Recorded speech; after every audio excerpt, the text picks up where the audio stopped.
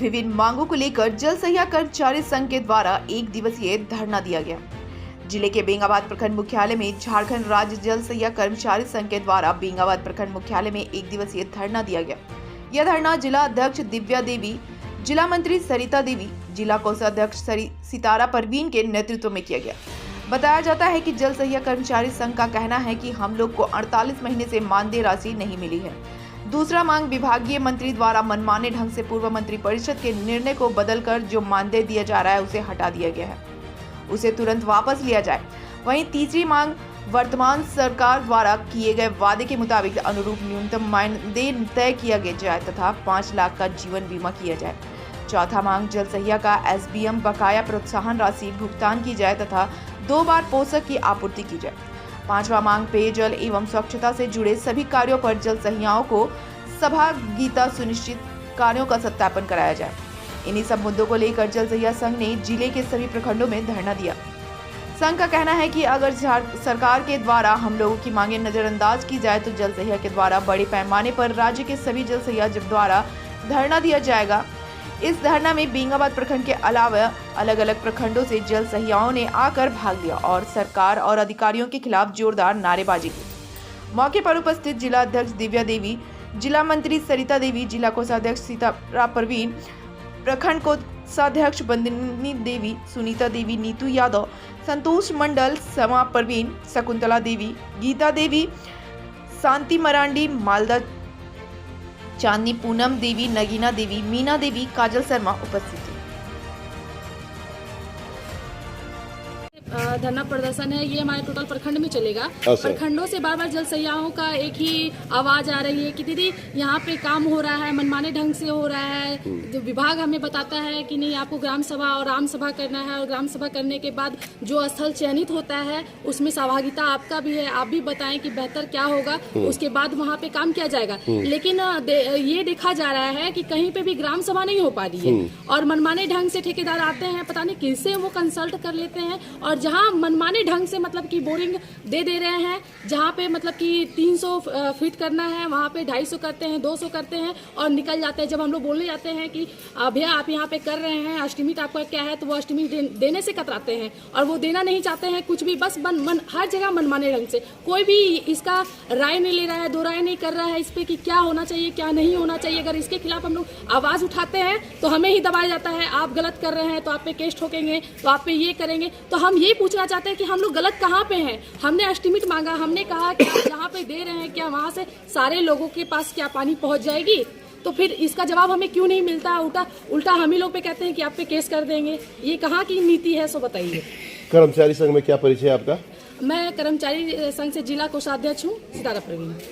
लोग सभी प्रखंडों में ये धारणा रखे हैं, तो खास मुद्दा मेरा ये है कि जल सहियाओं को बहुत नीचे दबाया जा रहा है विभाग की तरफ से, ठेकेदारों की तरफ से। एक तो ऊपर से काम भी कराया जा रहा है। हम लोग का चयनित जो हुआ है 2011 से ही हम लोग कार्य कर रहे हैं और 2011 से हम लोग का कोई मानदेय नहीं था।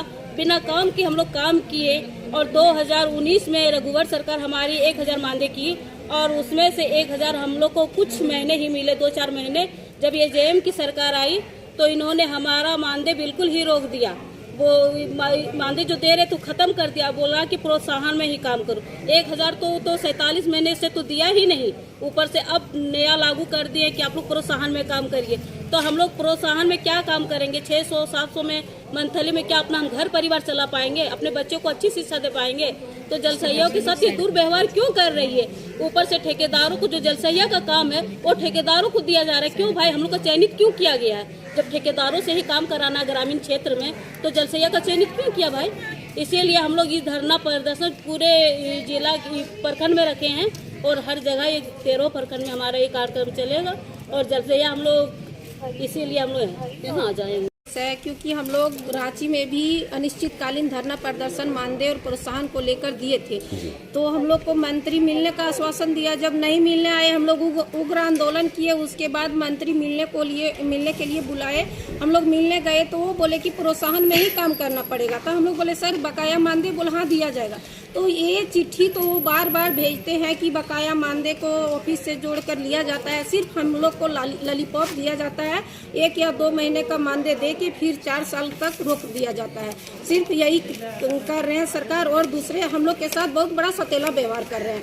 क्योंकि जब ये सरकार आए थे हम लोग के बीच, तो वो बोल रहे थे कि बहना आप लोग को कहीं जाने की जरूरत नहीं है, आपको हम न्यूनतम मजदूरी देंगे। तो क्या यही न्यूनतम मजदूरी है? जो 1000 दे रहे थे वो रघुवर दास वो भी छीन के और हम लोग को प्रोत्साहन में लाके खड़ा कर दिए, वो भी 47-48 महीना से बकाया है।